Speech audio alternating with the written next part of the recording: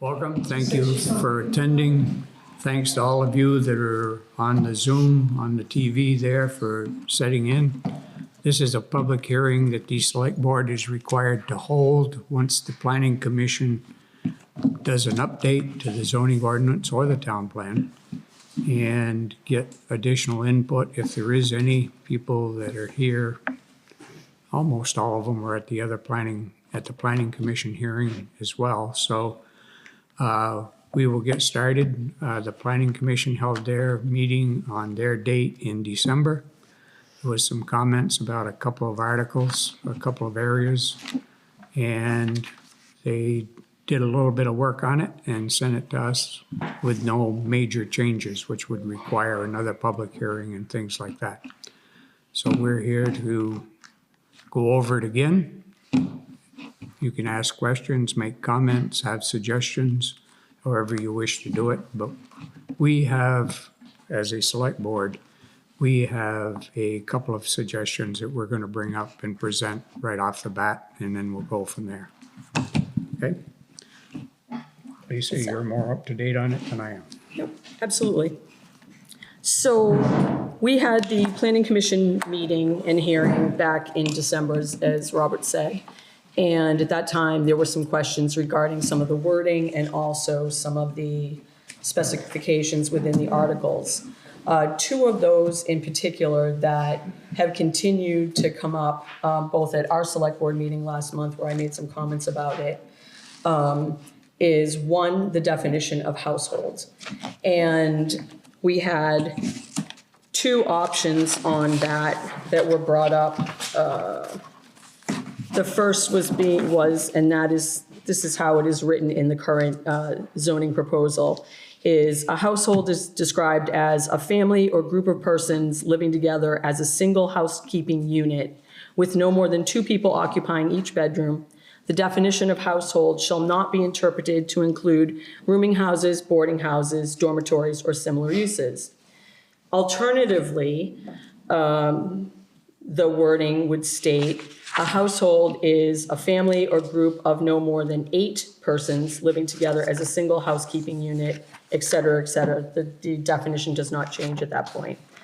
So the question was, which I communicated with Martha on this, as well as Jason Rasmussen later on, whether we could put some sort of cap on the amount of people who are unrelated who are living together in a house. And Martha suggested that we communicate with Vermont League of Cities and Towns, which I did. And one of their attorneys got back to me, Garrett Black, and he said that the broad legal guidance at this juncture that I can provide is that courts will generally sustain regulations that impose limits on the number of individuals occupying a single dwelling unit if there is substantial relation to the public health, safety, morals, or general welfare, which could include minimizing traffic, overcrowding, parking congestion, and avoiding undue financial burden on the city's school system, which obviously that would not be a problem. However, they will not be deferential to municipalities that enact zoning ordinances which arise to an intrusive regulation of the family. And categories, we would not, can't intrude on choices impacting family living arrangements. So we are not making any changes to what constitutes a family. Martha also pointed us to some required provisions in Vermont laws, one of which speaks to restricting towns from prohibiting unrelated people from living together, which says, no zoning or subdivision bylaw shall have the effect of prohibiting unrelated occupants from residing in the same dwelling unit. Doesn't put any restrictions on the number, doesn't make any comments to that. So I also followed up with Jason Rasmussen after the fact to see if there were any changes that were going to be made by the select board, what the procedure is for that. He said that the select board does have the authority to make changes at this hearing, but if they are substantive, which he feels in particular that is, that we have some criteria we have to follow. To circle back a little bit, we also had questions regarding the home-based business description.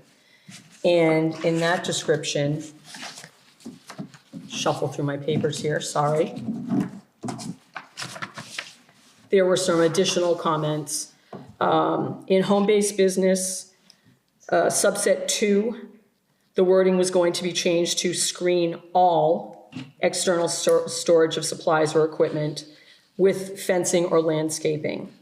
I stated at the last select board meeting, I felt that that seemed a bit excessive, in particular because we have businesses within our community already that would be prohibitive too.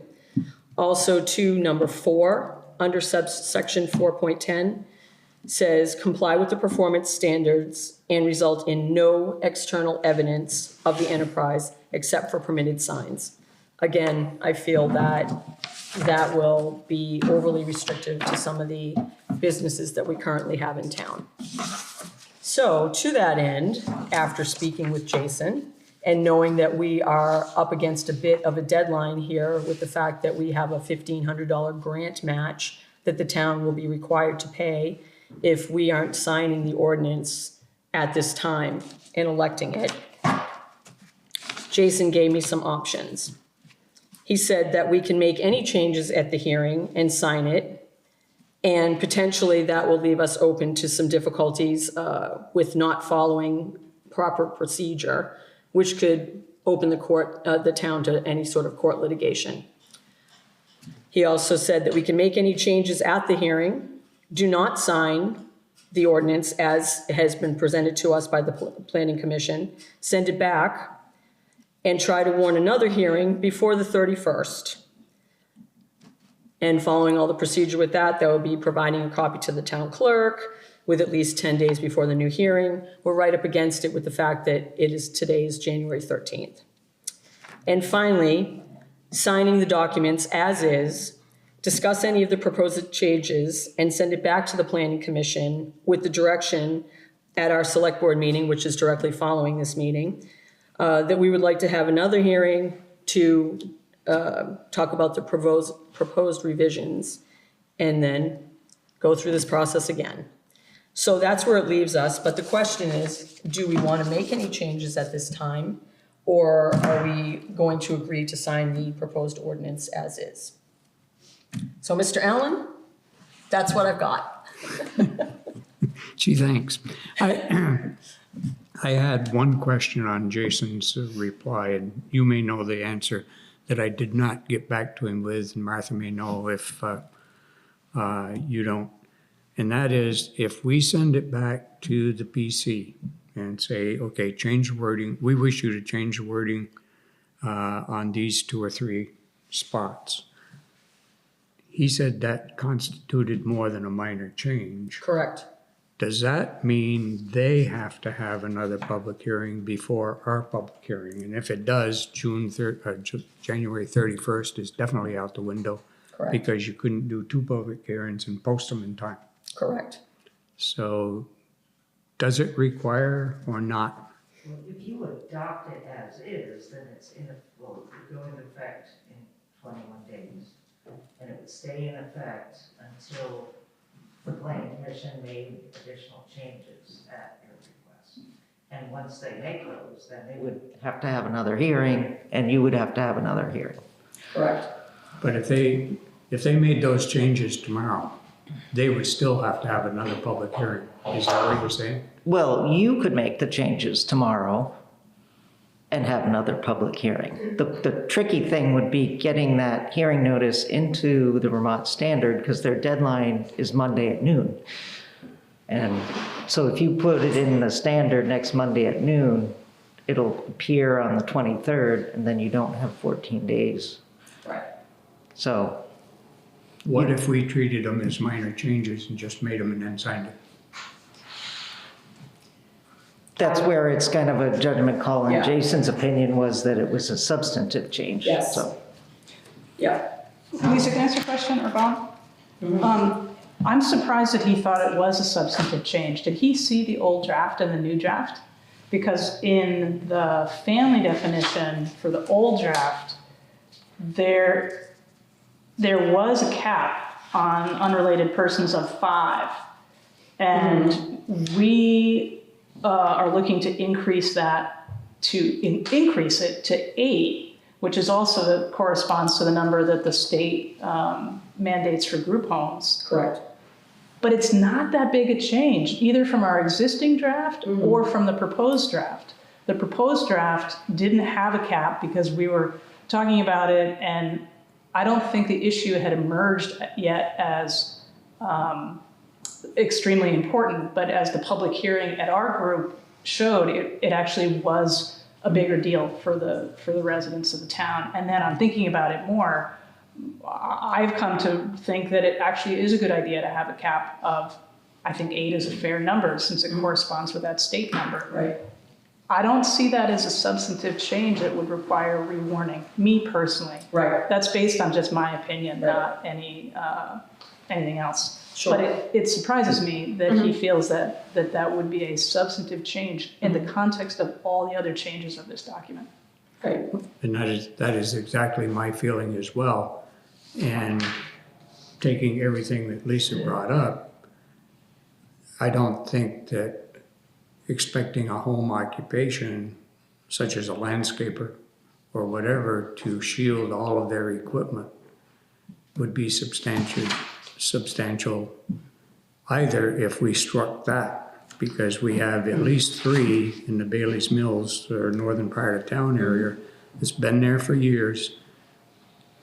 And in one case, it would be almost impossible to shield it. You'd have to shield it on 2 public highways. And in the other 2 cases, I don't know how high your shield would have to be, but it would have to be substantial to hide it. So I'm kind of wondering, with no complaints, no major comments about any one of those 3 places, as well as all of the others that are going on in town, which wouldn't require shielding, but still they're home occupations, why we couldn't strike that if we wish to and move on. In the context of the changes, those seem not big. Minimal, sure. And I can certainly respect that. I guess I can only take what he had to say, when he called them substantive and meaningful. So. Yeah. I would suppose there's always the possibility of an appeal, and that's a good thing, that people can appeal if you go ahead and do something that they don't really like. But I can almost guarantee you that if we leave those statements in there relative to shielding the property, there will be an appeal. Maybe more than one. Can we change it to grandfather in the existing businesses? And for new businesses? I suppose you could always grandfather someone in, Jane, but then somebody else wants to start a landscaping business, they gotta shield their property because they bring home a truck, trailer, and a zero-turn mower. I'm not really sure. Not sure that I'd want to grandfather anybody in, not sure that I even want it in there. My opinion. Right. That's my opinion, not. I think that would be difficult to try to turn it around and say, well, if your business has been here, it's pre-existing, great, but now if you're, giving us a conditional use permit request, now you have to follow these other rules. I think that part would be hard. I mean, I guess in the grand scheme of things, although it's an annoyance, I'm not opposed to having to make the changes that I want to make, and you haven't given your opinion as far as the household determination, and put a short time frame on it to make the changes, send it back to you guys immediately, and maybe your next meeting, make it a hearing, and our next meeting, do the same thing. I mean, it seems a bit redundant to have two hearings for each of us, but. There's a little money involved in that too, with the notice and the standard. Yeah. But the loss of a $1,500, grant match is also a big deal. So, we have to make a decision that doesn't make us lose that grant match. And, you know, what is the cost of the standard? You know very well what my opinion is on the household, but I'll make it, I'll say this. I agree with what Lisa mentioned relative to a cap. We have had many discussions on that very situation. Group homes say 8 people. I don't see why that a household couldn't say 8 people as well. And therefore I agree on putting a cap on the household definition. Yeah. I think that trying to have people comply with 2 people per bedroom or what your septic can hold is not really something that will deter anybody that wants to have additional people in there. So. Comments, anyone? Questions? Oh, Huh? go, you go. Yeah, Those 2 changes are consistent with what the public had raised at our meeting as well. The only other thing I would say about the home-based business is that there used to be a requirement about not having external stuff visible. So screening it is not completely out there, but we do now have in this draft performance standards, which are designed to protect neighborhoods from too much dust, too much noise, too much banging around, which should help limit exposure to something that's, you know, really makes ownership of your property unpleasant if someone else has a business. So that should be a good protection for neighbors. So then the question remains, what do we want to do? that's a good question.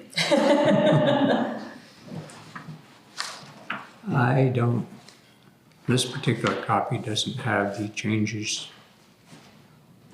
The home-based business,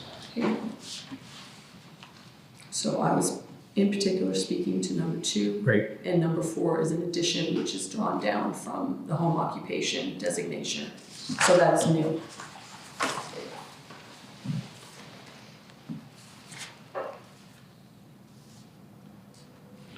so the home-based, either I've got a real old copy or the home-based business had quite a change as far as the wording goes. Because in the copy I have, it doesn't say anything about 3 additional on-premise employees who are not residents. Correct, that's an addition. Well, not the 3 additional on-premise employees. I'm sorry. Oh, yeah, so that's an addition there. Anything that's in red is new, Right. as you know, obviously. I actually do not have any problems with any of that. What I had the questions on was having a screen with landscaping and fencing and the addition of number 4. And I agree with both of those. So, okay, so those were changes that were made. Okay, sorry. That's okay. So what do you think?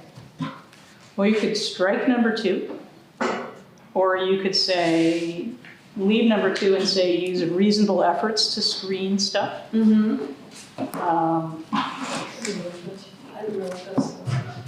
And in number 4, you could leave it comply with performance standards, citing section 3.8, and then strike the rest of that sentence and result in no external evidence of the enterprise. Yes, I would agree with that. I think having to comply with the performance standards is one thing. I think that stating that it results in no external evidence of the enterprise, except for signage, makes it overly restrictive to businesses in our town currently. So you could strike that language and just end that number 4 at 3.8, and then it's a question of subsection 2. Strike this.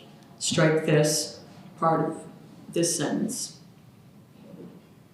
You could So strike the just- whole thing, Or you could strike the whole thing.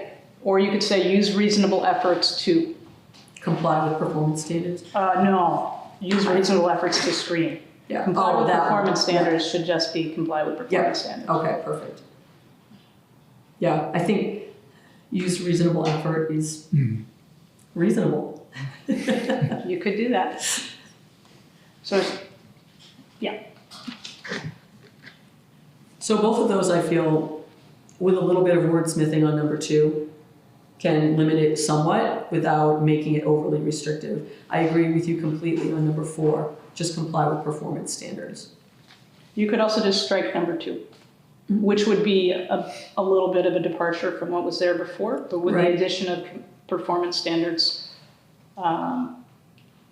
maybe it's okay. That's a judgment call. So that may be a conversation that if this gets sent back to you for revision, that you work on that language. I mean, you've just worked on it now, I understand. I think, Eve, is what you're saying is that we make those changes, sign it, and send it back to you and say, these are the changes we made in addition to yours? No. What Martha is saying is that if we sign it as is, then we are required to send it back to the planning commission to make the changes, have another hearing, Right, if you want to make and changes. then send it back to us with a reworded text. And then at that point, our hearing would just basically say, this is great, X, correct? Yeah, I mean, they would have to have a meeting Right, and discuss it right, and then warn their hearing. They Right. couldn't jump right to the hearing. right. Um, Right. What we don't want to do, in my opinion, would be to make any changes that we want, especially if they are considered substantive, and then we've followed improper procedure by just signing it, changing the wording and signing it. So you're opening yourself up to some issues there. And I do not think that we have time based on the fact that we need to have this signed by the 31st to make the changes, rewarn it, blah, blah, blah, before the end of the month. It's impossible. So it seems as though signing it as is and then following procedure in a bit of a longer timeline is what we're left at. Okay, I misunderstood what you were doing. I don't disagree with that. If we sign it exactly as we received it, and having had the conversation here, send it back to the planning commission and say, look, we have a problem with this, we have this suggestion. Then they can take February, March, or April, or whatever time Correct. they want to incorporate that into it and send it back to us. Correct. Is that That- correct, Martha? And meanwhile, it's in effect as is. Correct. Yeah. So meanwhile, it would be in effect as is. Correct. So meanwhile, it would say Just what it no says. external evidence Correct. for the next 2 or 3 months. I understand. So, I mean, quite honestly, when I was talking with Jason, he said really the biggest issue is the fact that we have this timeline of the grant match. Otherwise, we could drag our feet and mess around with it a little bit more and get it done in a time frame that works better for us. But we don't have that luxury right now with the fact that we have to get it signed before the 31st. The thing is, Eve, I don't think that these regulations, once we sign them, would go into effect for anybody new. I don't think it would be retroactive, if that's a concern, to the 3 that I'm talking about. I don't. All of the other zoning ordinances, when we've updated them with setbacks and other things like that, but setbacks being an important one, it takes effect from the signing of the ordinance forward. Things that were in place prior to that stay in place. So if your setback was 20 feet and you changed it to 30, somebody built a building at 25 feet, they don't have to change anything. That's simplified example, but basically these new regulations take effect when we sign going forward. So if somebody came along and wanted to open a landscaping business, a logging operation, or whatever it is, then we would say, oh, you got to screen it. But if nobody comes along until we get the wording changed, then the new wording takes effect, same as this wording. I'm pretty sure that's the way it works. I do see a question from Jean on the monitor. I'm putting in the Valley News, that's not the record of the town, the paper of record, is the Vermont Standard. Does that matter? Just out of curiosity, I don't know. Supposedly, you're supposed to be using the paper of record, and the Vermont Standard has always been the paper of record. Jean says, so Jean's question is, could you meet the requirements for public warning by posting it in the Valley News? There's still a time period though, that you have to wait and stuff. So putting it in tomorrow's Valley News, is it gonna change the dates you have for, Getting it. I don't think it's Everything gonna make any difference for the end of the month. Yeah, you still get a 15, I think it's a 15-day period between the time you Yeah. post it and the time you hold the hearing. You can have the hearing. So if you take 15 days from today, that's the 28th of January. Right. I don't think we would make it maybe with any paper.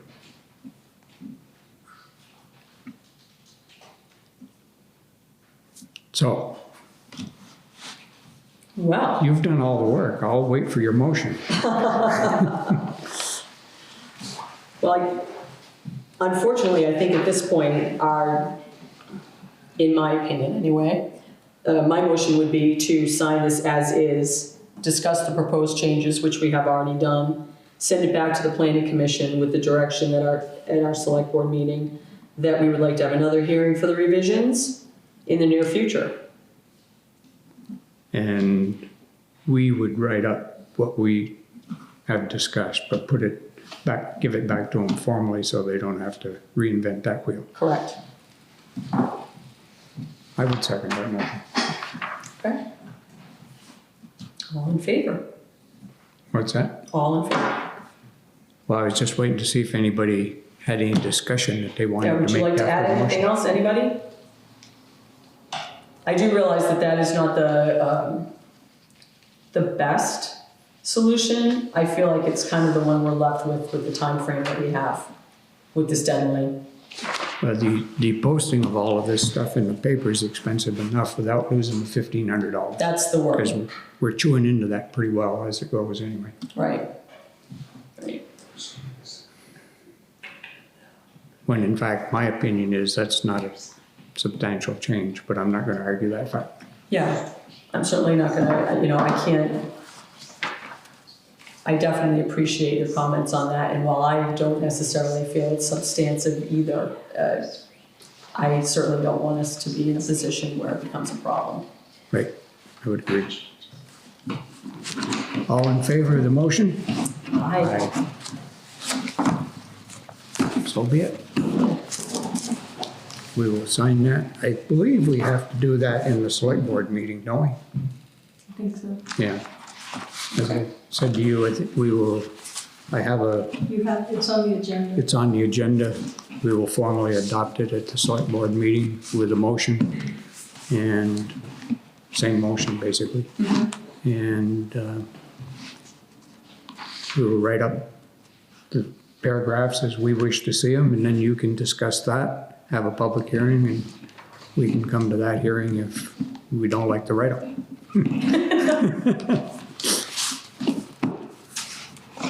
Alright. That's all we got then. Okay.